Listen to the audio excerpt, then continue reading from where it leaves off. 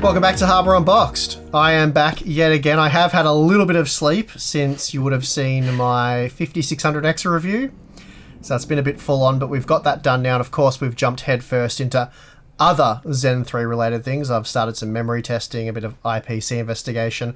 So there'll be more content coming up. But in between all of that, Tim and I thought we'd have just one of our sort of relaxed, laid back conversations about the whole launch and the products and basically address a heap of questions that we've got from our Patreon members / now Floatplane members, I guess. Yeah, that's right. Yeah, this was all on our Discord. So, that's it. So it's just going to be, we're going to talk about basically the questions that we have been asked by the Patreon / Floatplane members, but there'll be some other probably conversation in there as well. I think a few things have popped up. So we'll just get into it. You guys enjoyed it when we did this last time for the, what was it, the RTX 3070 was the last one we did. Yeah, that's that was right. quite Done popular. a few of these, yeah.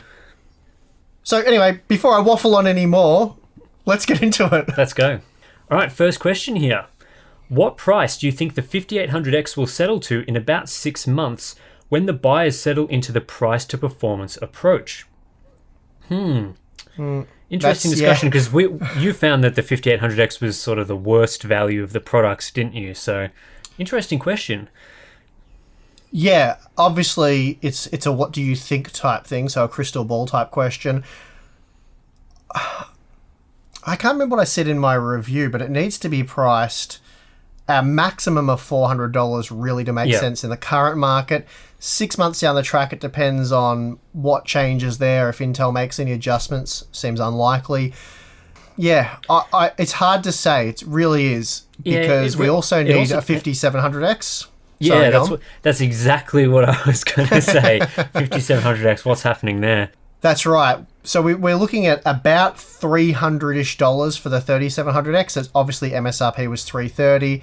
It's come down below that, certainly 6 months after launch, and it sort of cruised back up for the release of Zen 3. So hopefully we can get an 8-core CPU with the kind of IPC we're seeing from Zen 3 at around that price point. I think that's what everyone would be hoping for. It's a similar situation really with the 5600 non-X that we're also hoping is a thing. Rumored price of $220 US. If that happens, that is going to be the best seller for next year for sure. Yep. That CPU at $220 US is just an absolute bargain. People are going to blame me now for saying that, and AMD is going to adjust prices, but yeah, that's not a thing. So hopefully we do see these lower prices, but of course I'm expecting like a second wave of these sort of Zen reviews of the non-X models. So I'm hoping we do see either a 58 non-X or a 5700X or whatever it may be there. And then of course the 56 non-X. But anyway, it's really stuck in one of those, it's kind of like the mid-range situation that we've seen a few times. Like 10700K, for example, it was kind of, well, 10600K was sort of the value gaming choice from the Intel side. And then if you really wanted the best, then you wouldn't buy the 10700K. You just go all the way up to the 10900K.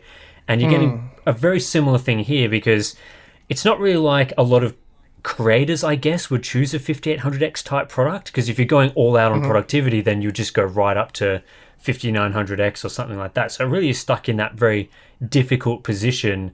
So yeah, I think there's a lot to play out here, and hopefully, as you say, that we'll get some more chips that sort of slot in around here and improve that situation. Yeah, definitely. It'll be one of those things where the market dictates what happens. If it's a situation where early next year AMD is still rapidly selling everything they can pump out, then they're not going to be incentivized to make cheaper, more affordable parts based on the same silicon, really. And they'll probably be they're definitely binning silicon at this point. So there'll be some there'll be some 8-core dies, for example, that won't clock maybe as well, and they'll be getting binned for the future, cheaper, more affordable parts, let's say. Yep. But anyway, we'll have to wait and see on that one. All right, next question here. This one got quite a few thumbs up in the Discord chat, so obviously a few people want this one addressed. With Ryzen 5000 CPUs running slightly cooler for both the CPU and VRM, they're using slightly less power sometimes, would a not-so-great X570 and B450 motherboards be alright to run higher-tier CPUs, 8 or 12 core? I honestly don't think you'll see too much difference. Yeah, they are, depending on which models we're talking about here, they can be slightly more power efficient, slightly easier on the VRM, but I don't think to the degree where a board that let's say, an MSI Gaming Edge, for example, the X570 Gaming Edge or the Gaming Plus, they were kind of the worst boards we saw. Again, they'll still work perfectly fine with a 12-core CPU for gaming. It's more if you're going to do core-heavy workloads, like a Blender-type workload for extended periods of time, like half an hour. We saw them throttle in that sort of workload without airflow within 5-10 minutes. But if you have airflow, they'll certainly survive a bit longer before throttling the CPU a bit. But I don't expect to see too much difference. Basically, the motherboards that you should have avoided, you still should avoid. And that's that, really. Yeah, it seems with some of those boards, it's kind of like when they're bad, they're really bad. Like, they're so much worse than other products. And yeah, I mean, I'm not an expert at motherboard testing, but it doesn't sound like those boards are running very close to the edge. Like, a few watts here or there would be the difference between being able to run those CPUs without throttling and getting throttling. It seems like they're just bad. They're just bad products. So, yeah, I'd agree with what you're saying.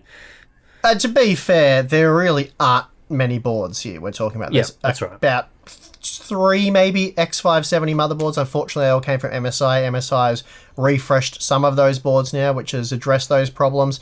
As far as B450 goes, as long as you have a bit of airflow and a 30-degree ambient or lower room temperature, there's no B450 board that won't run any of these CPUs for extended periods of time on core-heavy workloads. So really, they all stepped their game up for B450. All the B450 boards are quite good. I'm talking about any B450 motherboard with a heatsink on the VRM. So just... Yeah, if they don't have a heatsink, we didn't bother testing them because they're probably not going to be great for the 12, 16 core models. Right, next question. Super simple one. Only 3 words. Thoughts on availability.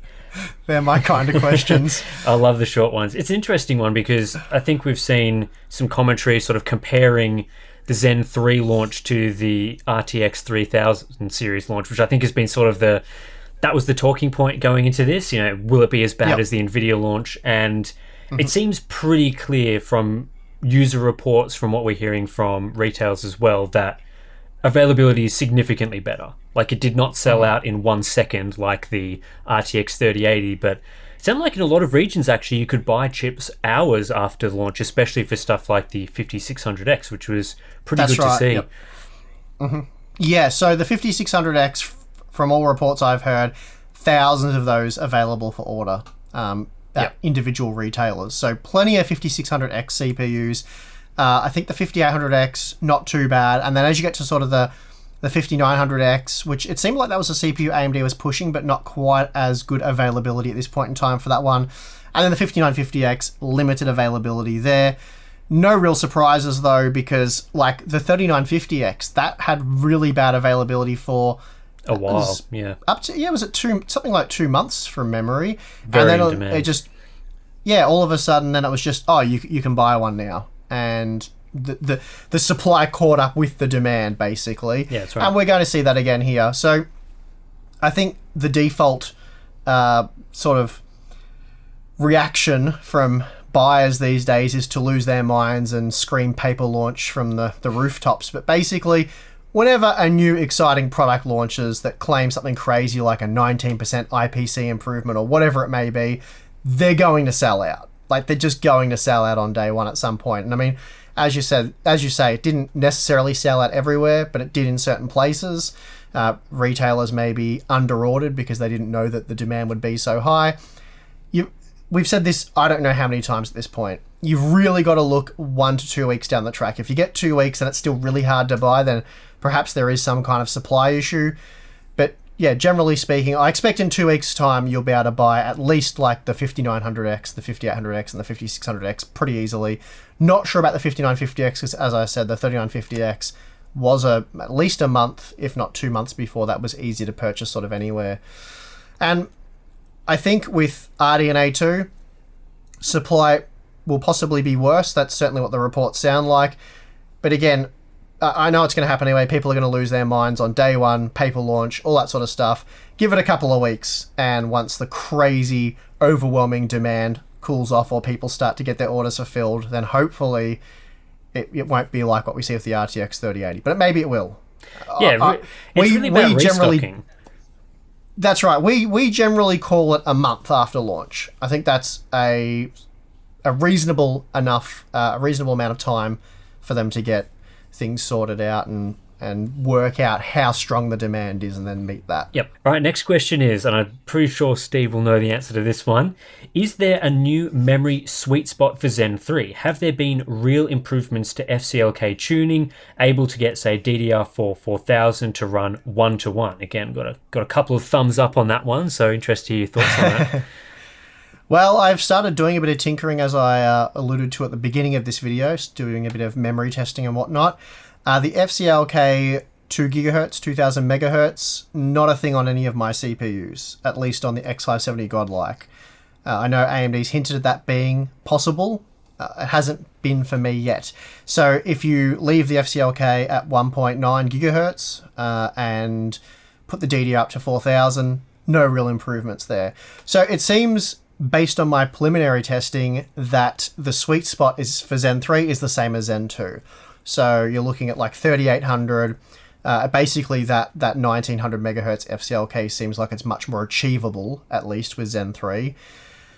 But it's more, I've found, again, tuning those memory timings. So if you're using like 32 is with a low latency timing, still pretty good, but 36, 38 with those manually tuned timings, very comparable. So I wouldn't really stress too much about which frequency you're running at. It's more about tuning up those timings again. And as Gamers Nexus released a video talking about 2 sticks versus 4, something we covered in depth in January of this year. Basically, with these Zen processors, it was the same with Zen 2, same with Zen 3. 4 sticks will perform better than 2. And, well, I should say single rank works better than dual rank. So if you have 2 single rank sticks and then you go and get another 2 single rank sticks, that actually changes it to dual channel operation. So you mean dual rank operation, right? Dual rank operation, yep. Yes. So not to be confused with dual channel, because that's still a thing whether you have 2 or 4 sticks, providing they're in the right DIMM slots, but you end up with more 64-bit banks to access. And not that they're accessed simultaneously, but you can write to one while the one that you're going to read from next is ready to go, individual banks. So they talk about interleaving and stuff like that. Anyway, it's all covered in a video that we released in January. So we'll probably put a link to that because... Yeah, we can do that. Yeah, it was a good video that covered this sort of... You want dual rank for gaming, put more sticks in, tends to be better. But you said that potentially quad rank was not... Don't go all the way to quad, but dual is good. I haven't tested it, so I don't know. I honestly don't know if quad rank's going a step too far and that overwhelms things and you see a bit of a performance decline, or if it's the same or improved. No idea there. So not something we've looked at yet. Perhaps it's something we can look into the future. I just need 2 kits of dual rank memory and I only have 1. So not something I can test at this point in time. Yeah, But anyway, as for... Sorry, go on. Yeah, I was just going to say, I mean, going back to the memory sweet spot with FCLK, I actually found it surprising that AMD said, you might be able to do 2 gigahertz on it, considering they also said it was the exact same IO die design. So I was kind of wondering, how would that have been possible? Were they binning it more to try and make that claim? I mean, if it's the same die, it's surely was going to get the same memory performance. Yeah, exactly. Robert was talking about a newer GISA code that was going to make it more likely that you could run the FCLK at 2000 megahertz. Again, none of my chips do it with the current BIOS. I don't know if that'll be a thing, but as I said, 1900 megahertz seems more plausible now because I think I only had like 1 or 2 CPUs of the many Zen 2 chips that I have that could actually do that. It was more, 1800 megahertz was standard typical, so we've gone up at least 100 megahertz there. And it does make a difference, but as I said, it's really all again about those memory timings. Tuning them up does make a really big difference. And again, I'll have a video covering this in more depth soon. But you'll see, if you grab just a pair of 8GB sticks, so a 16GB memory kit, pretty common what people go for, and it's a CL16 kit with some fairly loose timings, the performance decline compared to what we showed in our review is pretty severe. When CPU limited, there is quite a big drop off in performance. I don't know what performance you'll see with an Intel CPU. Maybe that's a separate video we can do where we take all that stuff and then redo it on Intel and do a comparison, because I know people will be begging for that. That's a lot of testing though for one video, and I wouldn't be able to get it out this week. I know people are really keen because they want to know what memory to buy with their Ryzen processor. It's also, for those of you who want a bit of memory buying advice right now, this is something we always talk about. The reviews and the way we test there isn't necessarily something, or it isn't the hardware configuration you necessarily want to purchase. We're doing a sort of scientific testing, if you will. We're trying to do an apples to apples thing and eliminate certain variables so we can focus on CPU performance. But as I've said in all of my Ryzen 5000 reviews, typically when gaming, you will find yourselves predominantly GPU bound. So you will not be bound by your memory frequency. So keep that in mind. Basically, don't go buying super expensive memory with low latencies that typically is something overclockers would get to get the best scores possible. Under realistic conditions, whether you're using 3200 or 3800, you're probably going to see really no difference in performance. And then where it does become a little more CPU dependent, we're talking about a couple of frames. So spending hundreds more on your memory just doesn't make sense. But anyway, I'll cover this in much more detail in that upcoming video. But yeah, at the moment, 3600 CL16 reasonably priced kit, probably the way to go. Cool. So more details to come. Right, next question here is from Jeremy. Do you believe Zen 3 will be similar to Zen Plus, as in lacking the low-end Ryzen 5 and Ryzen 3, as those were replaced by APUs on those brackets instead? Do you think it's possible that even non-X X600, so like 5600 in this situation, do you reckon that tier will be omitted this time? I think we've talked a bit about how probably the 5600 non-X is going to exist. I think it's very unlikely that they'll just have a $300 CPU and nothing below that. Seems like they will have something there. But for those Ryzen 5 and Ryzen 3 low-end parts, like sort of your quad cores, we know that there's Zen 3 APUs coming up, potentially as early as sort of, first month or first couple of months of 2021. So it could be that they just leave it to that product, which is pretty likely going to be an 8-core die again. So they might even have as much as a Ryzen 7 on an APU design. Yeah, it's a really hard one to say. I mean, do you reckon we'll get like what will it be, a 5300X and 5100 for this generation? Yeah, like quad-core Zen 3 quad cores. Maybe. I mean, we didn't really get quad cores with Zen 2, did we? Yields just weren't bad enough to warrant the existence of those processors. They would be lasering off working dies, essentially, and that's why I don't know for a fact, but I'm guessing that's why availability for the 3100 and 3300X was so bad. They spent pretty much the entire generation building enough really defective dies where they only had 4 working cores to be sold as those parts, and they even had to mix and match with the CCDs because different configurations, basically. And yeah, it took a long time for them to come in. They seem to sell out pretty quickly and never properly get restocked. I don't actually know what the availability situation is currently, but last I looked it wasn't great. So yeah, we may just see sort of like a limited edition quad-core run on Zen 3 halfway through the product cycle, and then that's it. I don't know. But yeah, we're just all guessing. I'm very confident we're going to see a 5600 non-X. Yeah. Beyond that, though... Yeah, so I would say it's probably more likely there'll be APUs, but again, it's just hard to say. I would imagine that they'll have something in that sort of 200 and maybe $150 US price range, though. It'd be pretty unusual to stop at 300, as we've sort of said. All right, next question, another one about the value of Zen 3. Considering the price hike of Zen 3 processors compared to Zen 2 processors and the good enough performance that they gave in gaming and already excellent performance in productivity, is it worth the extra money to buy a Zen 3 CPU compared to a Zen 2 option, which will hopefully come down in price as well, excluding time is money? The extra savings could go towards other things like a better GPU, as shown by the 3600 with a quick overclock can match the 10900K at higher resolutions with, I assume this is an RTX 3080. Yeah, what are your thoughts on this one? Yeah, it's a bit like what I've said in a few of the reviews. As sort of noted here, they are a good value option. The 3600 at $200, really hard to beat.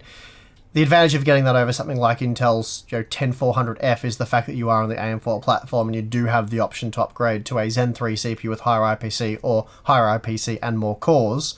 So that's a nice upgrade path for those coming from something like a 3600, whether you buy one of those CPUs, second hand in a few years' time or whatever. If you're on a budget for at least right now, and again, if you had to buy right now, I would urge you guys to hold off until early next year, because perhaps at that time we will have a $220 5600, which would be a much better purchase than a $200 3600. Yep. But if you had to build right now, 3600 is a great processor to get. As we've seen, it plays all games perfectly fine, and for the most part, as I've said, you are usually pretty heavily GPU limited because most of you won't be running a 3080 or a 3090 at 1080p on a Ryzen 5 3600. Most of you will be using, I imagine, somewhere in that mid-range, like a 2060, 2070 Super, 5700, 5700 XT, somewhere in there would be the sort of the higher end graphics cards you'd be pairing with a 3600. And you're almost always going to be GPU limited at 1440p. The 3600 won't really be holding you up in many titles, unless you're talking about some old ancient game that uses a single thread like StarCraft or whatever. But all modern games run really well on the 3600. So, yeah, right now, Zen 2 is the value option, really. It's kind of like a Threadripper second gen, Threadripper third gen type situation, where if you want a lot of cores on the cheap, you got the second gen Threadripper. If you want the latest and greatest, third gen. Same sort of situation here.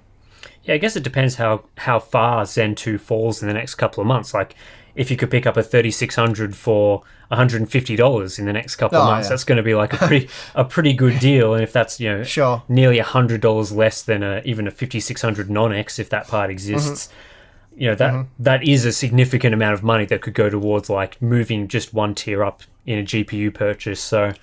Sure. Yeah, there's a lot to play out there, but I mean, if it comes in that they're only like, as you said, sort of $200 versus $220 for a 6-core, then that's not really getting you that GPU upgrade. So you may as well spend that little bit of extra money. It really just like with all these sort of let's predict the future questions, it really comes down to where it's positioned. And I think we've seen AMD though be pretty aggressive with dropping the price for older generation parts once the new stuff comes in and sort of availability settles on it.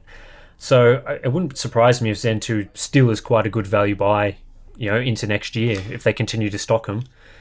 Yeah, it's a similar sort of conversation. If the 3600 drops down to 150 and then you get a 5600 at 220, yeah, again, you're probably not... While I'd be tempted to get the $220 option, honestly, again, 150, probably going to be looking at the same performance in games. And that's the problem with the benchmark videos. Although I try to stress it, when we're reviewing the CPU, we're reviewing the CPU. We're trying to show you the differences between the CPUs when other factors are eliminated as much as possible. But then when you get into real-world testing, which is why I like to do the GPU-CPU scaling, which comes later because that is a huge amount of testing. But often we find, for those of you running a mid-range GPU at a 1440p type resolution, the CPU doesn't play, or the role the CPU plays there isn't nearly as significant. So you have to go much further back in time before the CPU becomes a problem. Okay, next one here. For a pure higher-end gaming system, think RTX 3080 or 6800 XT, do you think it would be better to get an 8-core 5800X or save the money with a 5600X, or 5600 when it comes out, and put the money towards a Zen 4 system?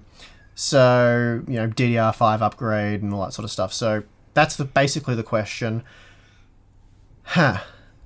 Well, I guess it depends on your budget and what you plan on doing with the system.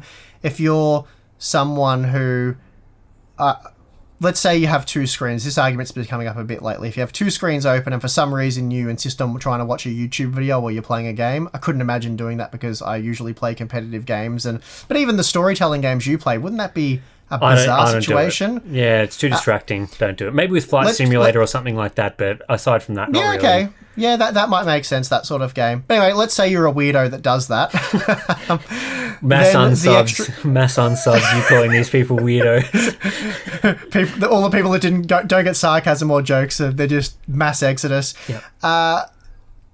If you do other things like streaming or watching YouTube videos while you game or something else in the background that uses anywhere from an insignificant amount of CPU usage to maybe a significant amount, then those 2 extra cores could come in handy and maybe will help avoid frame stuttering. For the most part, if you're a normal person who, when they play games, they close their video encoding software and they close their 4K YouTube video. Generally, when I game, I'm gaming on a 3970X, 32 Zen 2 cores, 64 gigs of RAM, plenty of stuff. Whenever I game, I shut everything down, basically, because it reduces your risk of the game crashing at some point, because that can happen, especially in certain games. And you just don't need stuff in the background while you're gaming. So I usually close most things down. I leave the web browser open with a few things. Anyway, everyone's different. But basically, I think most people will find a 5600X very sufficient for gaming, because it is similar to something like a 3700X in terms of CPU resources. It just has significantly better memory and cache latency performance. So, I would personally... isn't it? Yeah, if I had a certain budget and it was like, if I was getting a 5800X and I didn't really want to cough up the extra money to make up the difference over something like a 3600X for the GPU, I would get the 5600X and get the higher end GPU that I wanted, rather than shuffle around the budget to accommodate for more CPU cores that I'm possibly not going to use. But it comes down to the individual. You've really got to think about what you do with your computer. If you're the kind of person that shuts down most things, you leave Chrome open with maybe Discord and a couple of things, and I don't know, some other maybe Skype type chat program, you got Steam and maybe, something else playing, then a 6-core processor will be fine. But if you're the type of gamer that you're doing mega tasking while you're gaming, you've got your 4K YouTube video playing and something else, then the extra cores might help. But anyway, sort of repeating ourselves at this point. Yeah, I think the angle on the Zen 4 system as well is pretty interesting, because we don't really have a lot of insight into sort of what's coming in the future, and that could be a fairly substantial upgrade necessary. We're not just talking about like a drop-in CPU on your standard motherboard. It could be you need to do the full platform, motherboard, memory, and CPU. So in that sort of sense, if you're saving money towards Zen 4, it might not even be worth doing a Zen 3 to Zen 4 upgrade when you sort of factor in that entire platform switch. I mean, it really depends what that CPU looks like, the sort of performance gains. But I think that for a lot of people that have invested in this Zen 3 that's just came out, that if there is this platform switch, then probably you're not going to be wanting to do a single gen upgrade. So maybe if you still have the budget available, it would make more sense to just get the 5800X anyway and sort of not really think about doing that Zen 4 upgrade. But again, it really depends what sort of things we're looking at when those products are announced and all that sort of thing. But I would expect a full platform upgrade. So yeah, that's just another interesting dynamic. It's kind of like, to change it slightly, we've been asked countless times, should I get a Ryzen 5 3600 or a Ryzen 7 3700X?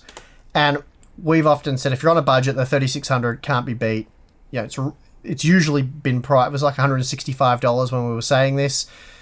The $100-ish you save by getting the 6-core processor can be put towards a future upgrade. And if I had a 3600 with a mid-range GPU, I'd probably skip the 5600X, and I'd be looking at putting that $100 or so towards the Zen 4 upgrade or whatever that may be in the future. Yep.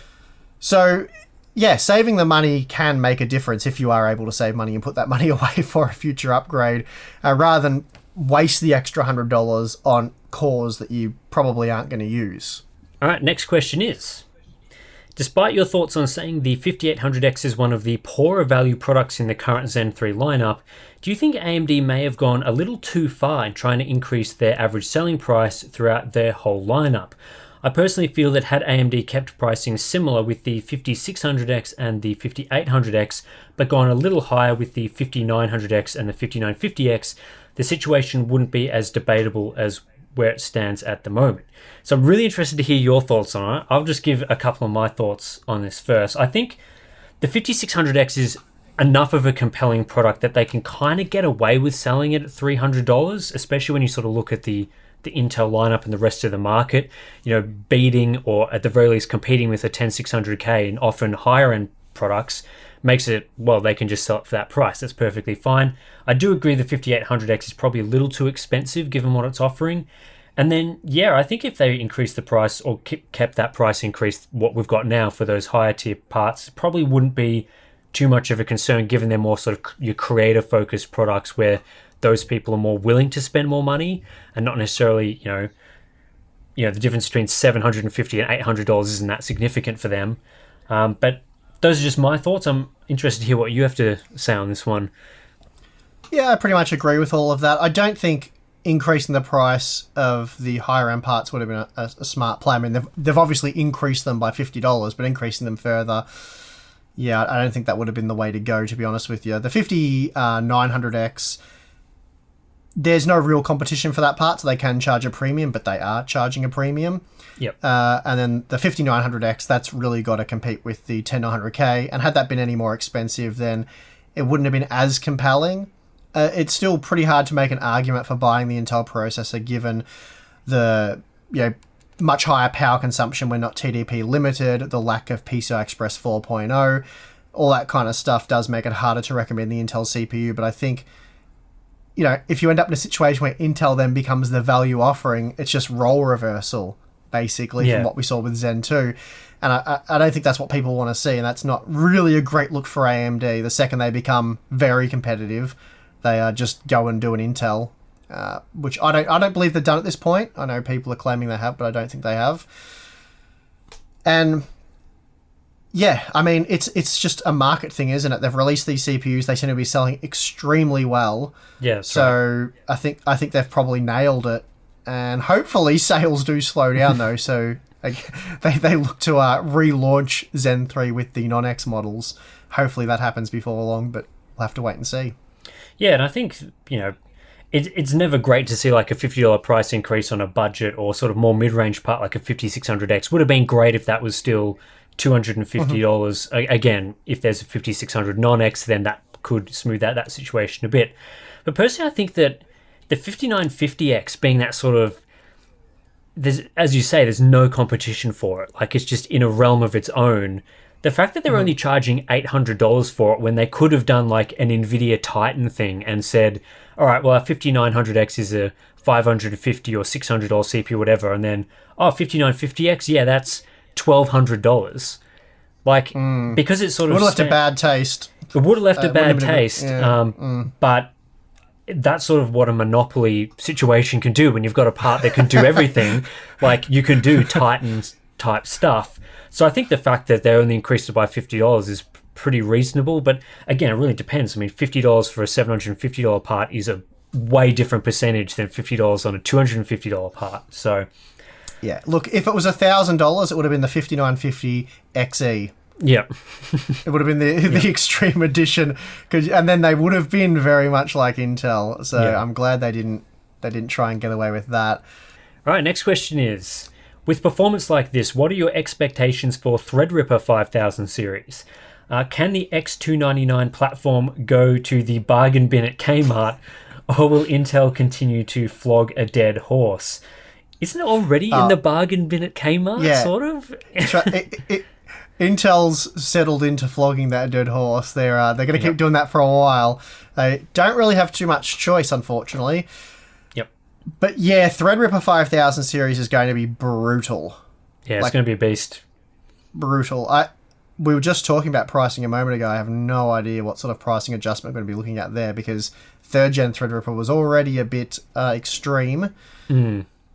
So not sure what to expect. I shudder to think. But yeah, 5000 series Threadripper is going to be something else. It's going to be insane. It's going to be really great for workstation use, and I can imagine AMD already, just based on sort of the messaging they were using for the 5950X, they're not going to have a situation where it's just multi-core performance. I mean, something like these big Threadripper CPUs is going to be great for pretty much everything, like your video encoding and your 3D rendering, but also modeling and stuff that really heavily relies on your single thread performance, where those Intel chips can have a bit of a lead there. So sort of your SolidWorks and stuff, while it doesn't necessarily need, that many cores, some parts of those applications do also, when you're doing certain tasks, can spool up across all the cores, but then, during the editing process, it really relies on single thread performance. So I think for those applications, you're going to see AMD just going all out on the marketing with that sort of thing. So I envision them being quite expensive, potentially even higher, as we sort of talked about. But again, really don't know. Having 64 cores with this sort of single thread performance is going to be quite a compelling option. Very hard to compete with. Yeah, definitely. Yeah, I'm not looking forward to seeing the pricing on those ones, but anyway. All right, next question is, given the lessons learnt from past CPU launches for AMD and motherboard manufacturers, have you come across any software/hardware compatibility issues with the Zen 3 processors? So, You want me to answer this, Tim? Yeah, I mean, it's probably best that someone that's actually used the CPUs answers that question. All right, fine. No issues as of yet, which is, great to see. Having said that, I have to admit I haven't done a whole lot of testing on. We've done all the software testing we've done, and so that was all fine. But as far as hardware compatibility goes, very select range of memory modules, graphics cards, and that sort of stuff. And I haven't really even tested that many motherboards. But I haven't really heard of anyone having any problems. It seems like those that bought it slotted it in and they're enjoying their CPUs. So unless there's any major reports that I've missed, then I think it's pretty well dialed in at this point. I think it was also interesting to see that AMD, I think maybe not learnt from compatibility related stuff, but learnt from the spec sheet and making sure that they don't maybe overestimate the frequencies that the chips run at. Because there's been quite a few reports that some of these chips will boost their single core performance or single core frequency up to 5 gigahertz when it's not advertised as a 5 gigahertz chip. So I think they definitely learnt from that respect and sort of dialed back a little bit on what they're advertising.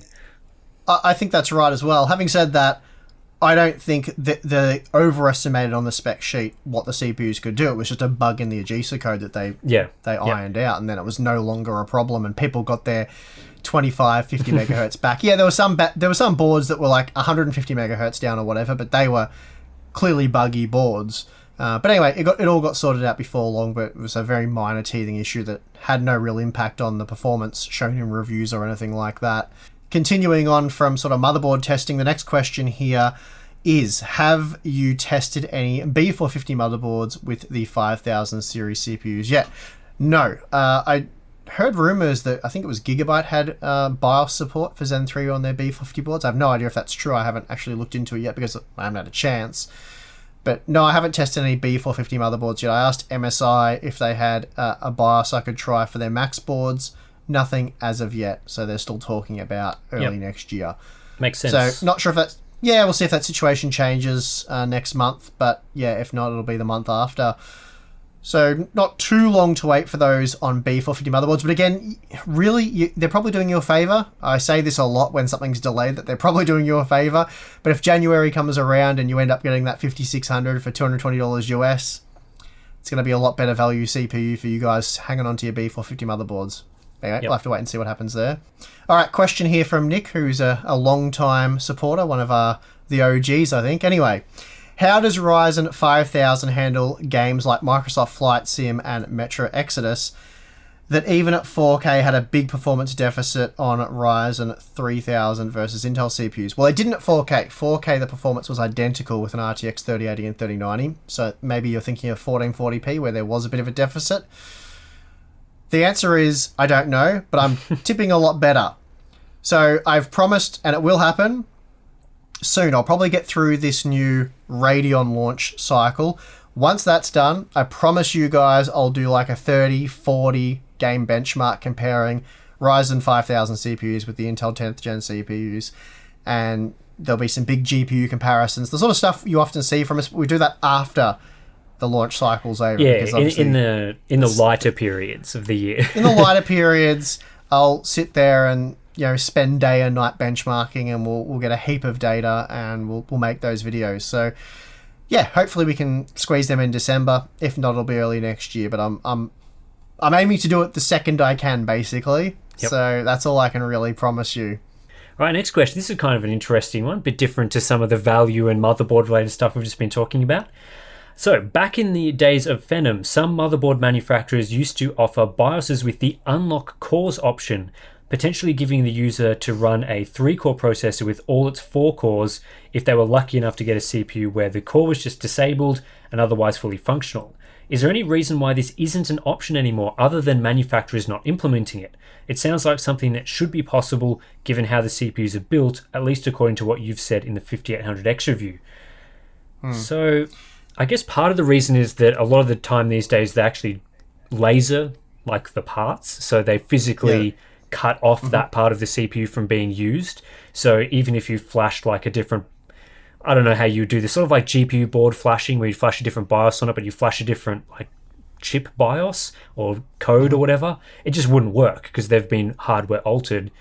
And I guess in addition to that, even if it was possible and they weren't lasered, I think it would be like a PCIe 4.0 on B450 situation where AMD would quickly get the motherboard makers to remove that feature from existing. Because with all these things, like the motherboard makers have to sign an agreement with the vendor, like, you know, AMD or Intel, to implement all the features and stuff that they're, you know, there's all sorts of complications there with things they can and can't do. And I think that this would clearly be a situation where it would not be allowed, because, you know, they want to have their segmentation and they want to sell the 8-core processors at a higher price, and it'd be just far too complicated. And you get all sorts of like YouTube videos being like, oh, just buy a 5600X and then you can unlock it and it will become a 5800X, and it would just be a big mess. Well, yeah, it's everything you said, and it's not just about the product segmentation either. I'm imagining in some instances you will appear to have enabled all the cores, but the core was actually deemed defective for a reason. So it may work in certain workloads or under certain conditions, but it's not fully functional, and it will cause crashing or system hanging or weird errors, stuttering problems. Output errors. And then, you know, people have a habit of modifying a product in the way that they're not meant to, and then when it doesn't work as intended, blaming the product. Yep, that's right.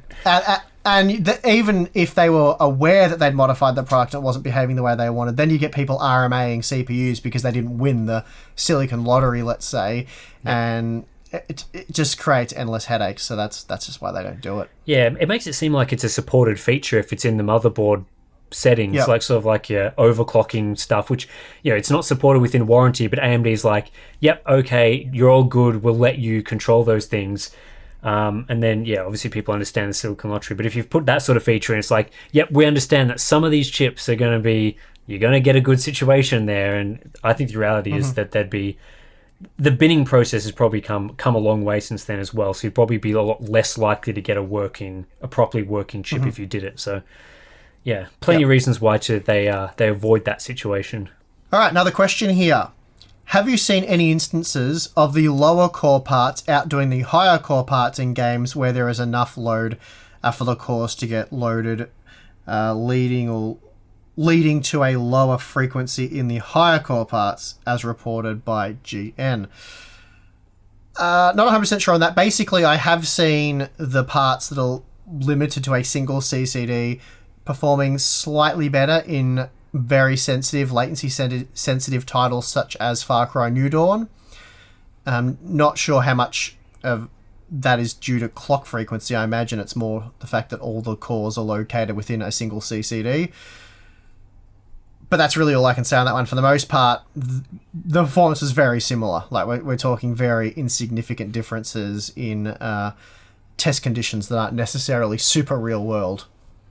Yeah, I think in the AMD review guide and that sort of thing, I mean, we never want to go entirely on AMD's review guide, but their expectation generally is that you will see a few games where potentially the 5600 is the fastest chip, or the 5600X, sorry, and the 5800X as well, but in a lot of the situations it's much of a muchness, and that's sort of what you found with your review. It's more to do with do you have one or two chiplet dies on your chip or not. That's kind of the big performance factor, and beyond that, it's kind of they all perform pretty similarly, which is great for gaming performance. Allows you to buy the lowest, allows you to buy the lowest part you possibly can and still get all the gaming performance. But yeah, it's an interesting theory. I have to go and watch some of the GN videos and see what they're saying on that. But it would be an interesting situation if a game was really frequency sensitive, but then it loaded a lot of the cores as well, so caused a frequency reduction. It'd be, I'm sure there are situations where something like that is possible, so you would get a benefit from having fewer cores, but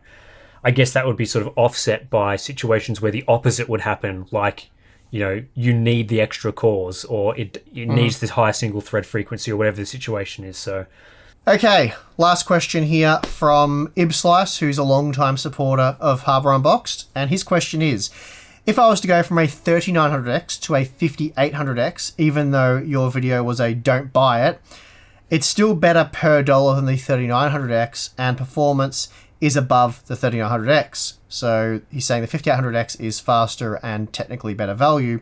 So in that instance, it would be a worthwhile upgrade. Or would it be a worthwhile upgrade?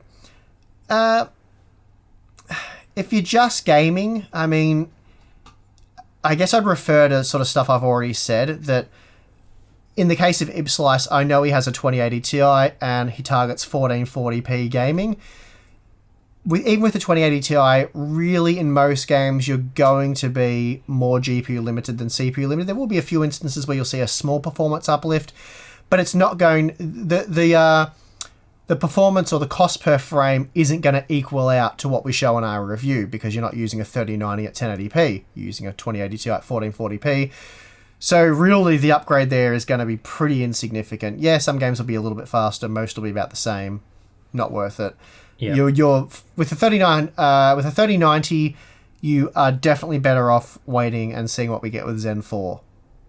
Yeah. So and hopefully in that situation, sorry to interrupt you, Tim, hopefully in that instance you would also have an upgrade path. The problem with jumping from a 3090 to a 5800X is that, or a 3900X, sorry, to a 5800X, is the fact that there is no upgrade path. So it's a very minute upgrade, and you're also not getting anything after that. Yeah, it's one of those situations where you'd make that upgrade if your sort of setup had changed. Like, for example, you'd swapped out the 2080 Ti for a 3090 or an even more powerful GPU. If you suddenly had a change of heart and were like, yeah, 1080p competitive gaming, that's my thing now, or you're playing a lot of competitive titles, then you'd make that change first and then go, oh, okay, well, now my CPU is becoming the more limiting factor, so then that sort of minor side grade type upgrade becomes a more viable thing. Whereas I guess, as we've been talking more about his setup here, very much in the don't upgrade that sort of path. Because, I mean, it's still an expensive part, and you still have already bought the 3900X. So it's not a situation where you're sort of choosing between, do I buy a 3900X or do I buy a 5800X? You've already got it. So it's like an additional investment that you might get some back from selling this CPU secondhand or whatever. So, yeah, it's with those Zen 2 to Zen 3 upgrades. I think a lot of people find that waiting or not upgrading is better, but then for anything below that, very much you're going to get a significant upgrade. So that's what we've been saying all along.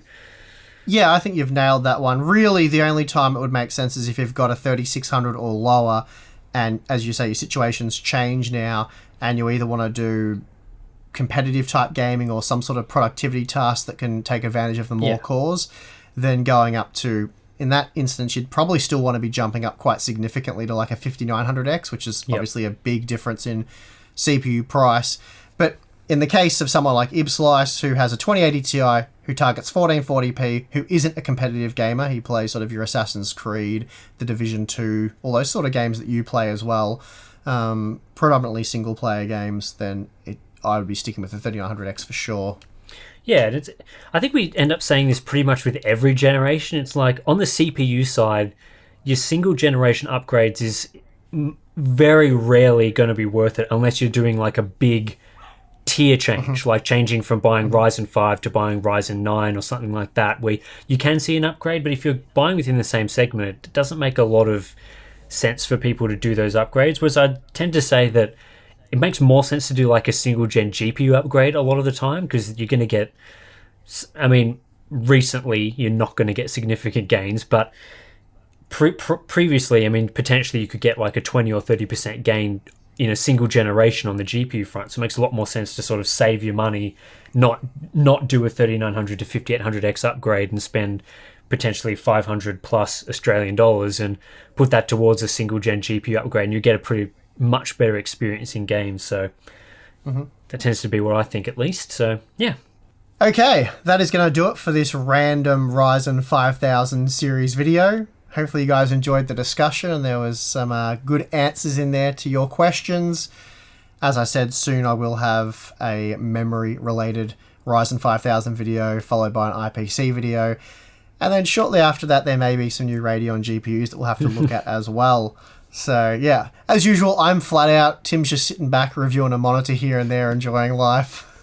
Yeah, it's always fun. I mean, there's been a lot of stuff going on in the background. As you've seen, we've just launched Floatplane for us as an example. So there's been lots of stuff going into getting that ready. So I guess it's a good place to pitch it if you're not already signed up a member and you want to ask questions for some of these future Q&As that we're doing based on Discord questions. Then you've got the option now, either Patreon or Floatplane. So that's been really exciting for us. And yeah, it's been good to get a bit of a break. It's good to have you slaving away at some benchmarks and making content so I can focus on getting some of this stuff out in addition to monitor reviews.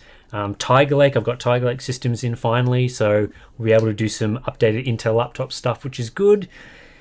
And yeah, fun stuff. Yeah, I joke, of course. Tim's always working hard on something. There's always something to do, isn't there? Oh, there's always. The list of ideas, it's always... you're doing like 20 Zen 3 reviews. I'm like, oh, but I've got like a full schedule of my own videos I want to do, and you're doing like 5 videos a week. So yeah, it's always busy, always stuff to cover. Lots of fun being a tech reviewer, especially at the moment. Lots of crazy stuff to cover. Yeah. Well, yeah, I think that's pretty much going to do it for this one. So thank you to everyone who asked a question. Of course, thank you to everyone who watched this video. Thank you to everyone who gave it a like. And yeah, if you're not subscribed, make sure you are, because as I said, a lot more content coming. And Tim will probably do a video soon as well. Very soon. Well, I'll be editing this one, so I guess that sort of counts in a small way, doesn't it? It does. All right. All right, guys. Thank you very much for watching. I'm your host, Steve. I'm your host, Tim. We'll see you. See you next time. In the next one.